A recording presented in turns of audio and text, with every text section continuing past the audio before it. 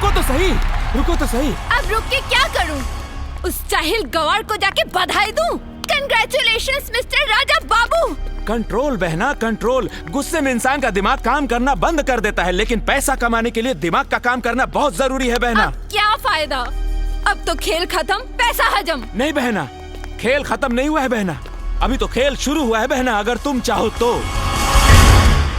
मैं समझी नहीं। उस देहाती गंवार को अपने प्यार के जाल में फंसाओ और उसके 7 करोड़ को अपना बनाओ। Dolly. Thank you, thank you. Thank you, thank you, भाई. Thank you, भाई. Thank you, thank you. अरे thank you यार. आपकी नजरें हमारी बहन को ढूंढ रही हैं क्या? अब ना ना ना, अब ना, लेकिन वो इससे भाड़ी कहाँ? What? तोहार बहन कहाँ बाड़ी? मेरी सिस्टर आज बहुत अपसेट है। उसकी आंखों में आज मैंने पहली बार आंसू देखे। कहे? वो इस बात से बहुत दुखी है कि आप जैसे टैलेंटेड, होनहार, सच्चे, ईमानदार व्यक्ति को जलील कर दिया। बहुत दुखी है वो, बहुत दुखी है। मुझे भी रोना आ रहा है। भाई अब रोआ मत, तू देखा, रोआ मत, तोरे बहन के दुख देख के हम रो लगा। हमार नाम राजा बाबू है और हम केहू के दुख ना देख सकीले। हाँ, कहाँ बाड़ी हूँ? चलिए चलिए आपको मिलवाते हैं। चलिए चलिए चलिए चलिए। डॉली।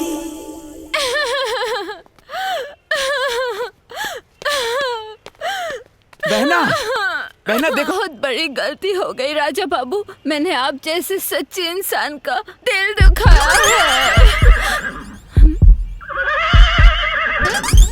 अगर हमरे इज्जत और मान सम्मान पर कोनो आँच आइल तो हमरा से बुरा कोई न हुई। इसका मतलब आप अभी भी मुझसे नाराज हैं? ना ना ना ना, वो बात नहीं के। अरे हम कोनो बात के बुरा मन में न करीले।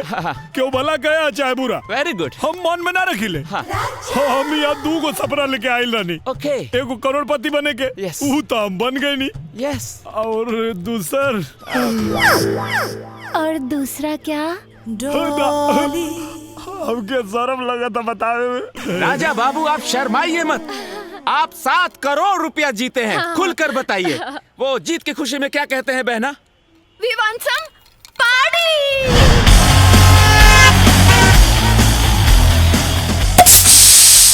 डॉली। खोले के बाद अरे राजा तू तो करोड़पति बन गया। भाई yes, I love you. do whatever you can do. Thank you. Okay. Dolly. संभालो, बैठाओ यहाँ बैठाओ। डॉली जी, जान ले मुका हो। हम चाहत नहीं कि जान कि हमरे सिवा कोई बेईमानी तोर पावर हाउस छूले तो देख के दिलवा डाली जी लव यू बोले। यू सपट शापट। या दोस्त बना का बोला तारा? आप राजा बाबू बनले मतलब हम करोड़पति बने हैं। ओके बुझला? ओके। अब एक मिनट, फोन आवा था। हाँ। तनी चुप रहा। ओके। हाँ। कौन है बे? बाबूजी।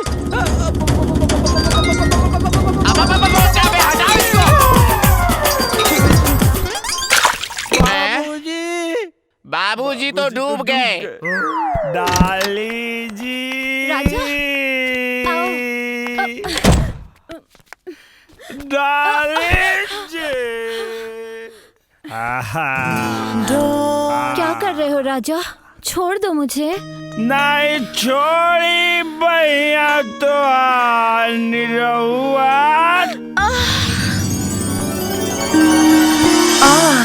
सटल रही। राजा, जिस आग में तुम मुझे जलाना चाहते हो वो हमारे दामन को दागदार बना देगा। अरे भैया मैं कसी के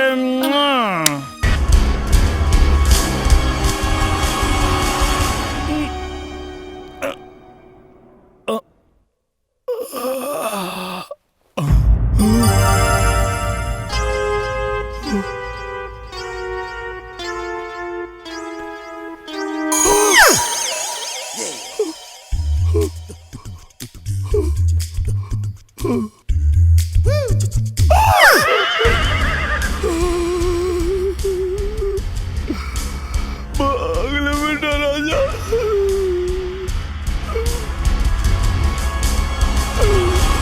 डॉली मैं लुट गया, बर्बाद हो गया इंस्पेक्टर साहब। ये बलात्कारी राजा हमारी बहन की जिंदगी को नर्क बना दिया इंस्पेक्टर साहब। इसको ऐसा दफा लगाइए इस बलात्कारी राजा पर कि इसका जिंदगी भी बर्बाद हो जाए। You are under arrest mister Rajkumar उर्फ राजा बाबू। आप हमार विश्वास करी, हम जानबूझ के कुछ नहीं की कहले। अरे यार गोदन, तू इंस्पेक्टर साहब के समझाओ ना कि हम बलात्कारी नहीं की यार। हर बलात्कारी बलात्कार करने के बाद यही बोलता है। हम कुछ नहीं की कहले। तो क्या ये सब तुम्हारे भूत ने किया है? कानून में बलात्कार करने की सजा जानते हो? धारा 374 76 हाँ, धारा 376 और धारा 355 354 हाँ 354 और इंडियन पिनल कोड के तहत उम्र कैद की सजा। और सुनिए, हमने चैनल वालों को बुलाया है, अखबार वालों को भी बुलाया है। कल अखबार की सुर्खियों में छप जाएगा कि मैं बनूंगा करोड़पति का राजा, मेरी बहन का बलात्कारी निकला। इंस्पेक्टर साहब एगो विनती करी, कोई बीच के रास्ता ले दे के ना निकल सकेला। इंस्पेक्टर साहब हमके बचा ले। बचने का सिर्फ एक ही रास्ता है। मेरी बहन डॉली से शादी करनी होगी। हाँ। एक मिनट तनी उठा एक मिनट अब तनी साइड में। हमें लगा तो फंस जाइए। देखा राजा, अभी दलदल से बचे के एक ही उपाय है। ज्यादा ओवर एक्टिंग मत किया कर यार, सिर्फ एक्टिंग का पैसा मिलेगा, ओवर एक्टिंग का नहीं मिलेगा। तन के खड़ा रहे। हाँ। अब तो शादी कर ला। ई का बात करता रे। सही कहा तानी भाई। देखा जितना बड़ पैसा वाला हो खेलन उन्हन के एगो ना दू बीबी होली दू और अब तू 7 करोड़ के मालिक हो गए बाड़ा। हाँ करत रहा दोनों के मेंटेन, एक तरफ घर वाली एक तरफ बाहर वाली, घर वाली बाहर वाली, बुझला? मतलब एगो गाँव है, एगो मुंबई। तो हम हाँ कह दी। कौन? राजा बाबू शादी खातिर तैयार बाड़न। हाँ तैयार? हाँ हो गई लन। बहना, राजा शादी के लिए तैयार है बहना।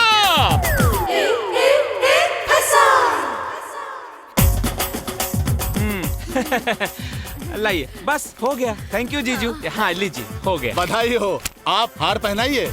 हाँ हाँ हाँ, वन सेक ओके। हाँ डॉली अरे पानी बिच नाला हर मारे जवानी। पानी बिच नाला हर मारे जवानी। पानी बिच ना तेरा बॉम्ब फिगर डॉली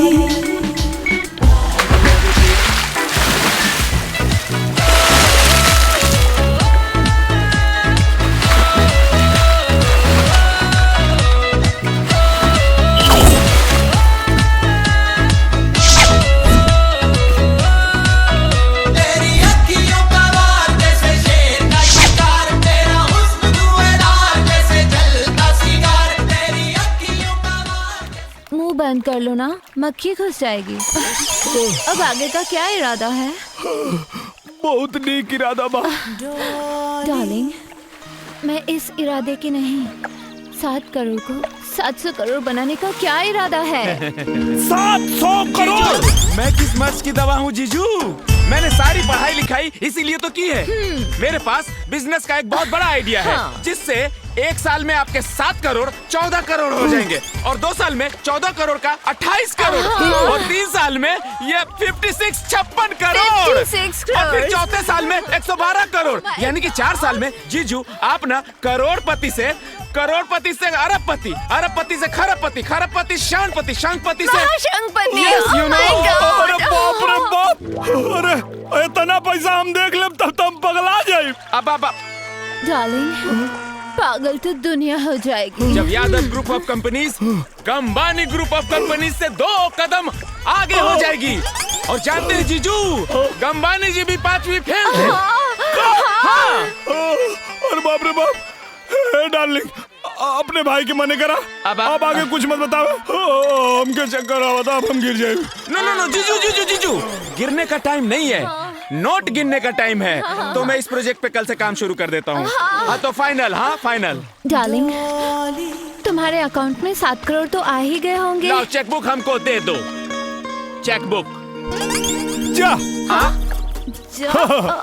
क्या हुआ? What happened?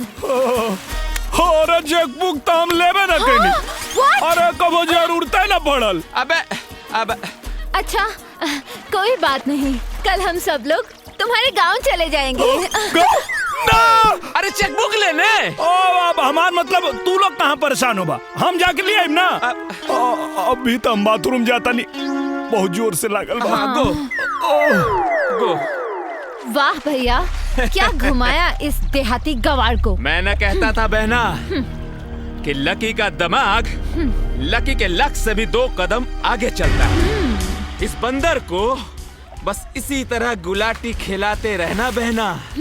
देखना, मैं इसको ऐसा घुमाऊंगा बहना, ऐसा घुमाऊंगा बहना, ऐसा घुमाऊंगा बहना। अरे कोई बचाओ, भैया को तैरना नहीं आता। हमरा हिसाब से 2,16,30,000 सरकारी खाता में चल गई। चल गए? ओ बाबा, हमके कोनो टैक्स वैक्स नहीं देवे के? अरे राजा बाबू, नियम कानून सबके माने के पड़ेला। एक बात और, जब तक मैं बनूंगा करोड़पति के TDS सर्टिफिकेट और आपके पैन कार्ड जब तक हमरा बैंक में जमा ना हुई, तब तक हम पैसा इशू ना कर सकिला। यार राजा, यहाँ तक खड़े खड़े 2,16,30,000 के चुना लाग गई भाई। चले यहाँ से जल्दी चला, न तो सरकार और ही कोनो नियम कानून लगा दी और हमनी के हाथ में एक को अधेला ना बाची। अरे हाँ यार, हाँ, ये कौन नियम है? पैसा हमारा और ले ली सरकार। हाँ, ये चेकबुक दो हमारा। चुरकी मूछ, वाह बेटा, मूछ मुड़ा के बाबूजी का मार देला। सरादो कर लिया बड़ा की बाकी बा ना भैया, चोरी चुप के बैंक आयल बड़ा। चला, तुहार स्वागत करे खातिर बाबूजी बाहरे खड़े बानी। बाबूजी, अरे तू कहाँ जाता रह ना? चला भैया, चला।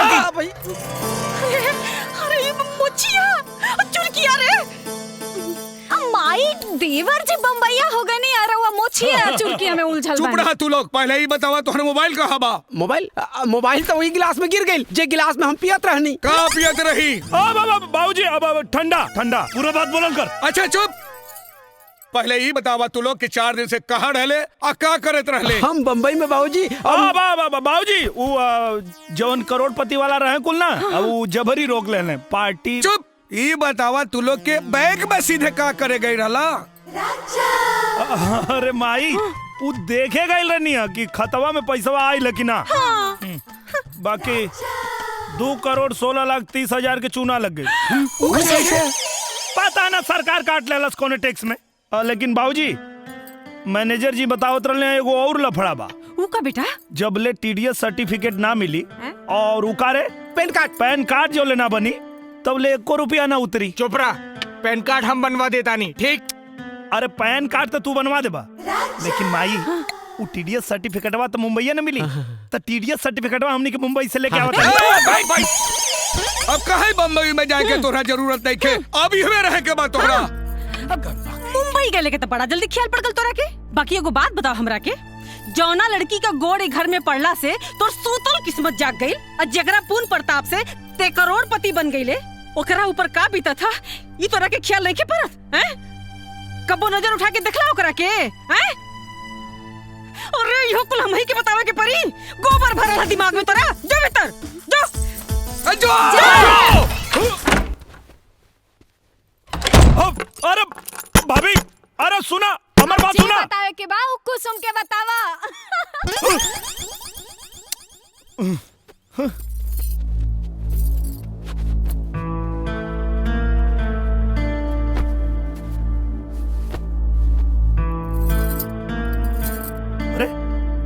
का करता रू?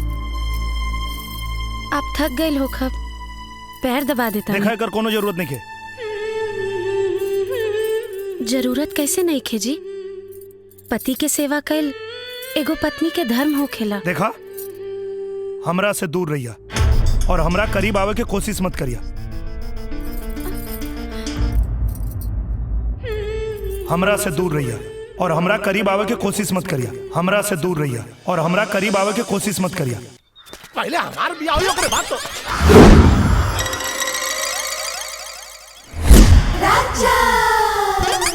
सात करोड़। रुक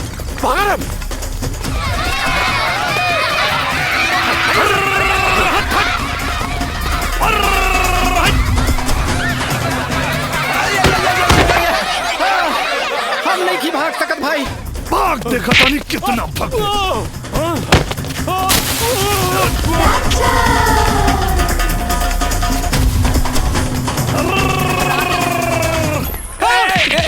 सुने सुने सुने सुने, अरे डबड़ू ये कुत्ते के जैसे हापत कहाँ भागल जात मारा? डॉक्टर कहना कि भागना से सेहत ठीक रहे। अरे राजा ई का बात बा भाई? ये ले भाग रहल बा, तू ये ले भाग रहल बारे। रोज योगा करी ना भाऊजी। हाँ मिठाई इनके खियावे के रहला करोड़पति के तो खाते नहीं को। अच्छा अच्छा, अरे तेरे भागे का कौन बात बा? अरे चल ला ला आवा खा ला। शर्मात काहे बढ़ावा? पहिन ला अब मतलब खा ला। कौन बात लिए जैसे जायदा? अरे तू ना जंग अपने सबूत के। आवता आवता गलती हो गई भैया, गलती हो गई।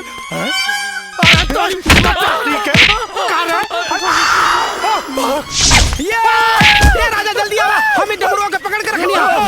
जल्दी आवा राजा, राजा छोड़ दे मत। आजा। अबे रुक।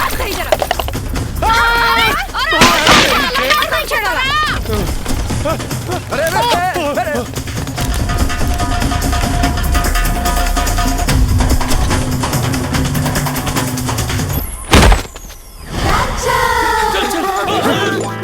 कारे कहाँ छुपल बकान से पड़ा? एकरा के ना मालूम ना हमरा के। झूठ बोल बे। अरे बदकार फोन बाद में उठाइए। बता बच गइल रे। बोल ना मालूम ना। झूठ बोल बे। कसम से ना मालूम। गोलू कसम खाते ही भैया। बतावा नहीं तो तोनिए की लती आई।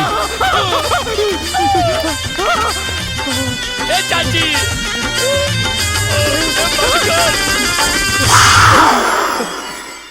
नागिन नागिन। बेवफा से प्यार हो गया।